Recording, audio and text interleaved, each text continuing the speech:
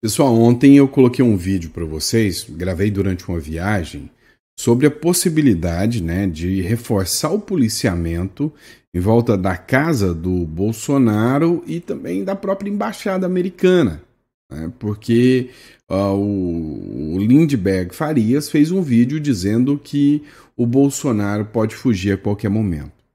E pasmem, com base nessa medida, nessa fala do Lindbergh, veio uma decisão do ministro Supremo Alexandre de Moraes. A gente vai falar sobre isso aqui.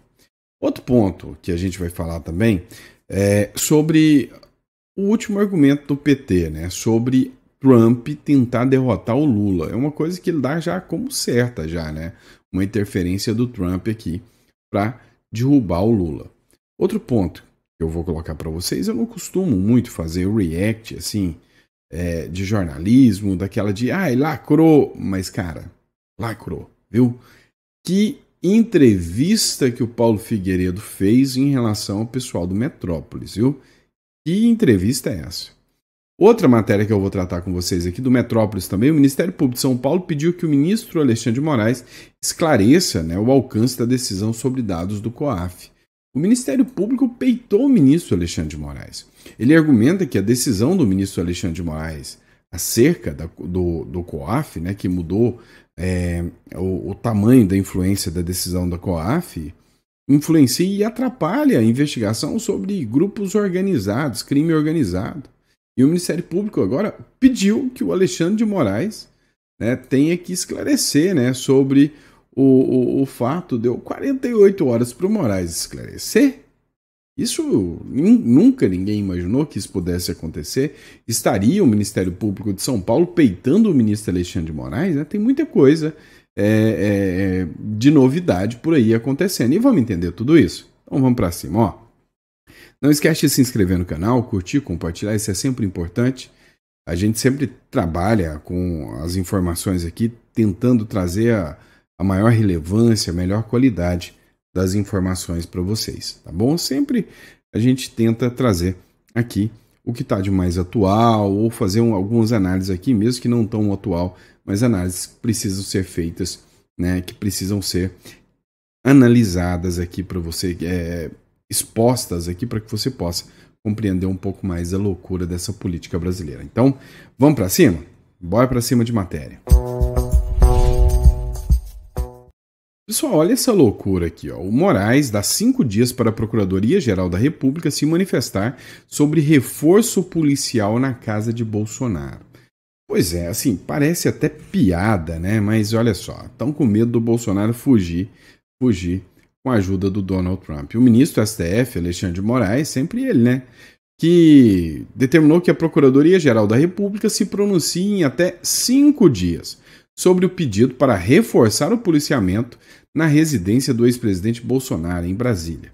O pedido foi apresentado pelo líder do Partido dos Trabalhadores na Câmara dos Deputados, Lindbergh Farias, APF, em 22 de agosto. Lindbergh argumentou que há risco concreto de fuga, citando a proximidade da residência de Bolsonaro à Embaixada dos Estados Unidos, localizada a cerca de 10 minutos do local.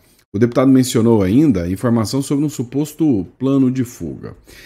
Cara, assim, na fala, o Lindbergh Farias disse o seguinte, olha, pessoal, nós temos que parar o Bolsonaro, senão ele vai continuar fazendo vídeo, vai continuar fazendo discurso e ele precisa ser parado, precisa ser aniquilado, bloqueado.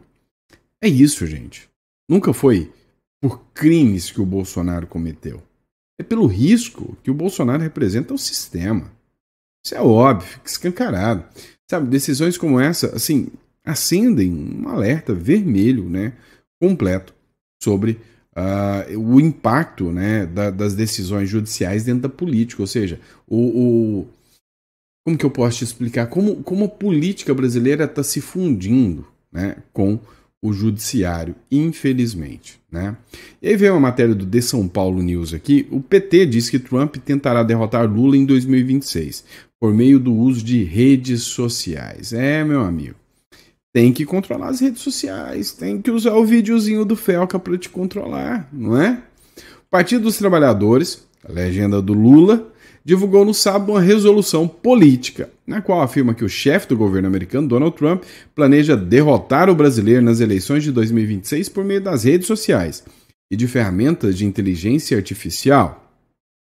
O que Trump e seus aliados da direita brasileira pretendem, e não terão êxito, segundo eles, não terão êxito, é derrotar nas eleições de 2026 o projeto de desenvolvimento nacional que estamos consolidando sob a liderança do presidente Lula, diz o texto aprovado pelo Diretório Nacional do PT. Segundo o documento, a soberania brasileira estaria supostamente sob ataque. O partido acusa Trump de impor tarifas sobre produtos nacionais, vinculando as investigações contra o ex-presidente Jair Bolsonaro. Além disso, menciona sanções impostas a ministros do STF, sobretudo Alexandre de Moraes. O centro dessa ofensiva do governo Trump e de seus aliados, os brasileiros, se dará com o intenso uso da guerra híbrida por meio de redes sociais e do uso da inteligência artificial, como instrumentos de disseminação de desinformação, teoria da conspiração e discurso de ódio, afirma a legenda petista que defende a regulação das plataformas digitais. Olha só quem fala, né? Vocês viram o que o STF está fazendo, né? Para eles ficarem aí falando, olha lá, estão usando a rede social. O STF está contratando influenciadores, não sei se pagos com dinheiro público ou não, mas está colocando influenciadores para poder falar, sobre o STF, falar bem do STF. Isso ninguém fala, Isso ninguém fala. A resolução aqui do PT foi apresentada após concluir a escolha da nova direção nacional, agora presidida pelo ex-prefeito de Araraquara, Edinho Silva, totalmente radical, mais radical do que o próprio Lula, de esquerda, totalmente esquerda, mais esquerda até do que o próprio Lula. Vamos lá. Eu queria que vocês assistissem comigo a um trecho da entrevista que foi dada pelo Paulo Figueiredo para a Metrópolis. Dá uma olhada nisso aqui, embate. O fato de você não achar que o Brasil vive uma ditadura é uma questão de miopia pessoal sua, diz Paulo Figueiredo em discussão acolorada com Andresa Matais. Dá uma olhada nisso aqui, o que ele fala? E o fato de você não achar que o Brasil vive uma ditadura é uma questão de miopia pessoal sua, a qual você tem direito. Mas um país onde você tem o maior líder político preso, você tem 61% da população com medo de se expressar, você tem jornalistas exilados, você tem deputados exilados, você tem pessoas comuns, milhares de pessoas comuns colocadas na prisão por questões banais. Então, se você não enxerga que diante de tudo isso o Brasil vive uma ditadura, tudo bem, é um direito seu. Nos critérios dos Estados Unidos, isso é uma ditadura. Ora, o Lula acha que a Venezuela não vive uma ditadura, acha que a Venezuela vive uma democracia relativa. Então, cada um tem a sua visão, tem o direito da sua própria visão. Mas e vocês lutam pela discordância. Vocês lutam pela discordância, não pelo pensamento único. Até o fim que você... Ô Paulo, eu queria só que você explicasse... Você tem o direito de pensar isso. Que bom. Sabe qual é a diferença? Eu queria só que você explicasse por que é uma ditadura. Vamos comparar, com o período que o país viveu... Não, vamos comparar. São dois pontos aqui. Tá. O país viveu uma ditadura, ocorreu uma anistia ampla, geral e restrita, que o seu avô ali conduziu. Mas e essa anistia foi muito criticada, muito ironizada e muito debochada pelo Jair Bolsonaro durante toda a vida. O Bolsonaro sempre foi crítico a esse acordo da anistia nos discursos que ele fez. Então, utilizar esse discurso da anistia para agora, e aí só colocando um outro contexto, os presos que foram anistiados foram ali condenados por juntas militares. Agora é uma condenação por um processo democrático de ministros que, inclusive, vocês, o governo do Jair Bolsonaro colocou 2 ministros ali. Então, eu só estou colocando o contexto, não estou aqui dando opinião de um lado para o outro, eu só estou colocando o que a gente tem de provocação. Não, eu não estou dando opinião, quero ouvir a tua opinião. Assim, eu dou com o maior prazer. Qual é a sua pergunta? Fazer contraponto não é opinar, Paulo. Vamos aqui, colocar aqui as coisas do ponto de vista que vocês defendem, que é da liberdade de manifestação.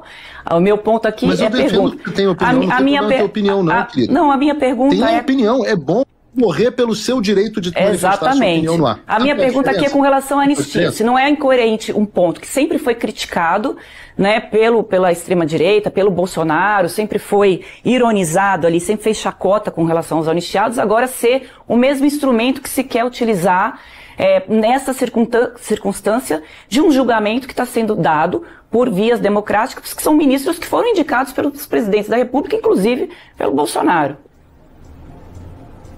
Tá. Vamos lá, eu acho, eu vou morrer pelo seu direito de ter a sua opinião. A diferença entre a sua opinião e a minha opinião, é que você talvez não tenha tanto apego assim à minha opinião. Vou te explicar por quê. Eu estou há 2 anos e 9 meses com todas as minhas redes sociais bloqueadas pelo ministro Alexandre de Moraes. Eu não posso começar uma live antes de sofrer um bloqueio automático pelo YouTube no Brasil, pelo ministro Alexandre de Moraes. Todas as minhas postagens das minhas redes sociais, tinham milhões de pessoas, foram bloqueadas pelo ministro Alexandre de Moraes. E eu não sou o único. Há vários outros jornalistas que passaram por esse mesmo problema. Então é importante que a gente tenha esse apego pela liberdade de expressão, inclusive para as pessoas que discordam da gente. Eu tenho. Eu certamente vou brigar para sempre que você possa dizer as suas coisas, dizer que o Brasil não é uma ditadura e a gente tem esse tipo de debate. A resposta à pergunta que você me fez especificamente eu não sei qual é a opinião do presidente Bolsonaro a respeito da anistia de 1979. Ele pode perfeitamente estar errado. Eu sei qual era a opinião do meu avô e sei qual é a minha opinião. Eu posso responder por elas. Eu acho que a anistia de 1979 pacificou o Brasil por mais de 30 anos e foi extremamente bem sucedida. Eu acho que o caminho que a sociedade civil resolveu tomar depois disso tem a ver com a autodeterminação do povo brasileiro. Mas acho que a anistia de 1979 foi extremamente bem sucedida. Agora, se você for olhar o que nós tivemos, né, de 1964 a 1985, nós tivemos aproximadamente aí quantos mortos e desaparecidos. E veja o caminho que nós estamos seguindo no Brasil hoje. Nós estamos num caminho muito pior. E eu digo a você, se eu tivesse, provavelmente, em 1968, é difícil a gente fazer esse exercício anacrônico, né? Mas se eu tivesse em 1968, pela minha visão tão forte pela liberdade, talvez eu estivesse do outro lado. Então, nós não queremos que o Brasil caminhe para essa direção. Meu avô, quando se tornou presidente em 79, um dos primeiros atos dele foi a anistia. Entregou o Brasil para os civis de forma pacífica. E esse é o grande legado da minha família. Quando você vê uma parte enorme da população brasileira pedindo SOS Forças Armadas, é uma tristeza pessoal para mim. Porque, veja, eu venho da linhagem que tirou o país da mão das Forças Armadas e devolveu o país para a mão dos civis para que as pessoas possam decidir o seu futuro. E quando as pessoas voltam e começam a pedir SOS Forças Armadas, significa o seguinte: a nação falhou. Os civis na nação falharam na sua condução. Isso é uma tristeza pessoal. Isso sim me causa constrangimento. Isso sim me causa tristeza pessoal. Então eu, hoje, recupero e dou continuidade ao legado que eu volto a dizer, não é só do meu avô, do meu bisavô, do meu tataravô. O legado de brigar para que o brasileiro possa determinar o seu próprio destino, mesmo que esse destino seja ruim. Se o brasileiro quiser, em 2026, eleger o Lula de novo em uma eleição livre, transparente, com participação ampla e que a população confie no sistema eleitoral, que assim seja. E eu vou sentar e vou fazer oposição como jornalista, que é uma delícia. E o fato... Pois é. Pelo menos poder fazer, né? Oposição, né? Agora, continua, não parou por aqui, não. Teve um outro momento, né? Que o Paulo Figueiredo falou sobre o direito dela, ter a opinião pessoal dela. Mas olha só, escuta isso aqui. Anistia, só para a gente encerrar o assunto da anistia, porque vazaram os prints e os áudios das conversas do telefone do ex-presidente Jair Bolsonaro, e entre esses prints nas conversas entre Eduardo e o pai, tem uma conversa específica em que o Eduardo fala que, na verdade, essa luta toda não é pela anistia ampla, geral e restrita, e simplesmente é uma luta para livrar Jair Bolsonaro da prisão. Então, é isso que eu ia te perguntar. Leia o diálogo, por favor. Nós lemos, inclusive se a produção quiser colocar... Não, mas leia aqui no ar, por favor. Sim, podemos fazer isso agora, só que houve essa mensagem e o que eu queria entender é isso. Não houve.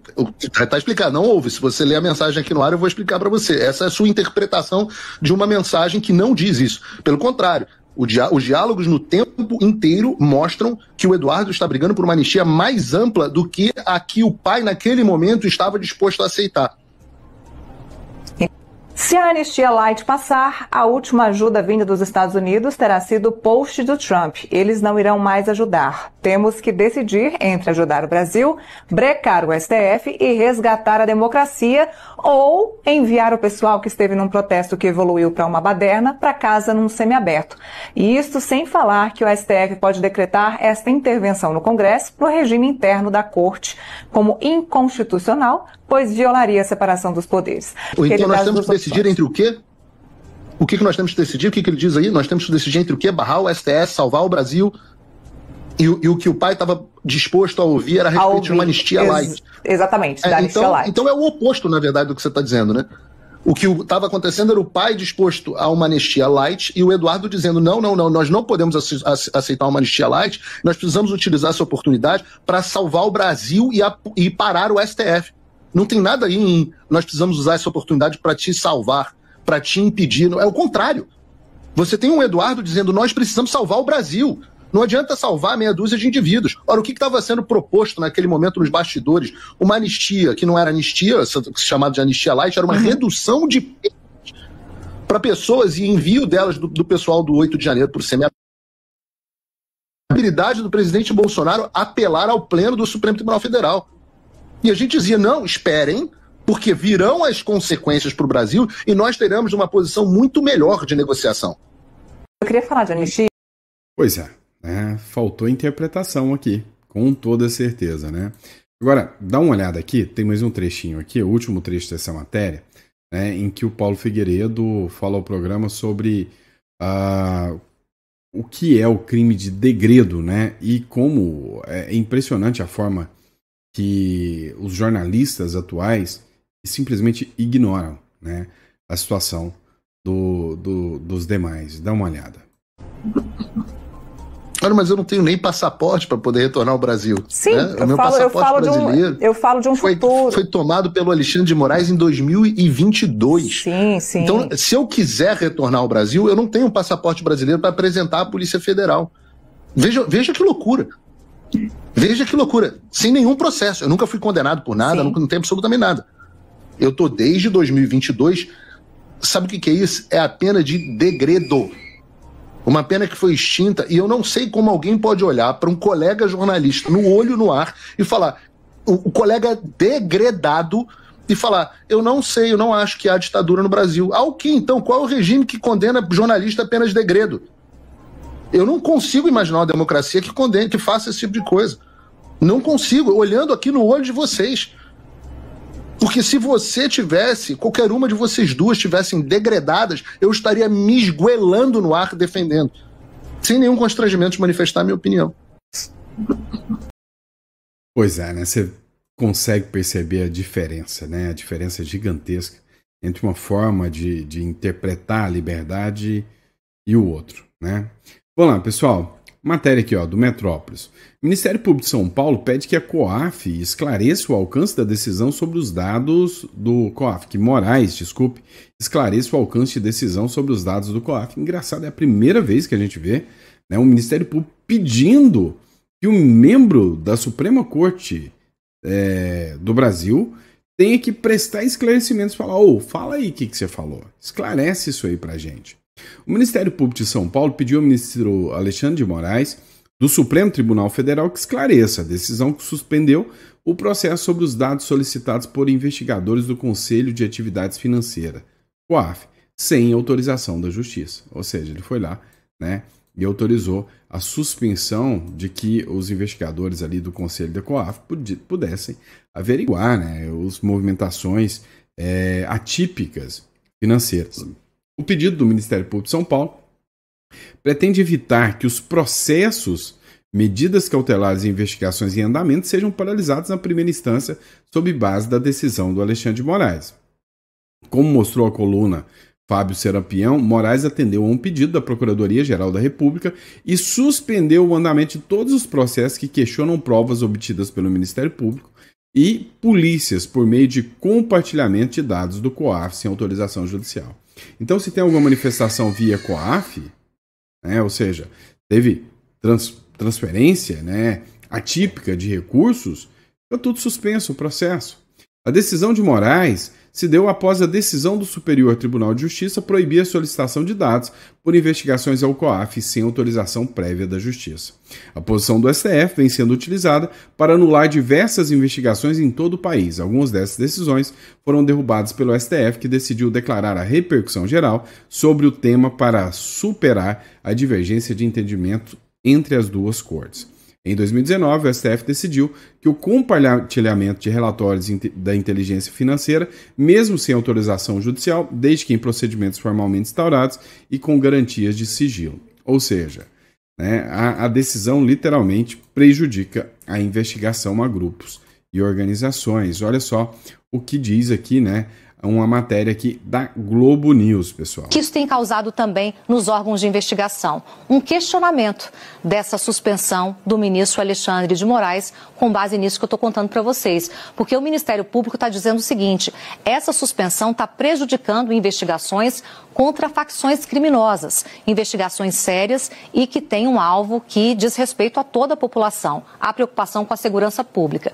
Aí, essa medida de suspensão do ministro Alexandre de Moraes, ela está atingindo os casos em que tanto o Ministério Público quanto a polícia tinham pedido relatórios financeiros de como essas facções estavam agindo. Aquele clássico caminho do dinheiro, siga o dinheiro, é exatamente o que tem nesses relatórios. E aí, para o Ministério Público de São Paulo, a crítica é o seguinte, que a determinação dessa suspensão temporária, ela pode paralisar investigações muito relevantes sobre o crime organizado, incluindo facções como o primeiro comando da capital, PCC, além também de possibilitar a soltura de presos e a liberação de bens. Presos perigosos, o que isso tem causado? Pois é, ali a concluir aqui, presos perigosos, né, tem a possibilidade de ter o seu dinheiro reavido, né, redistribuído o dinheiro. E é isso, pessoal. Hoje o vídeo foi um pouco mais curto, tá? Obrigado pela confiança, pela credibilidade. Amanhã a gente tá de volta com mais um bate-papo com vocês. Grande abraço.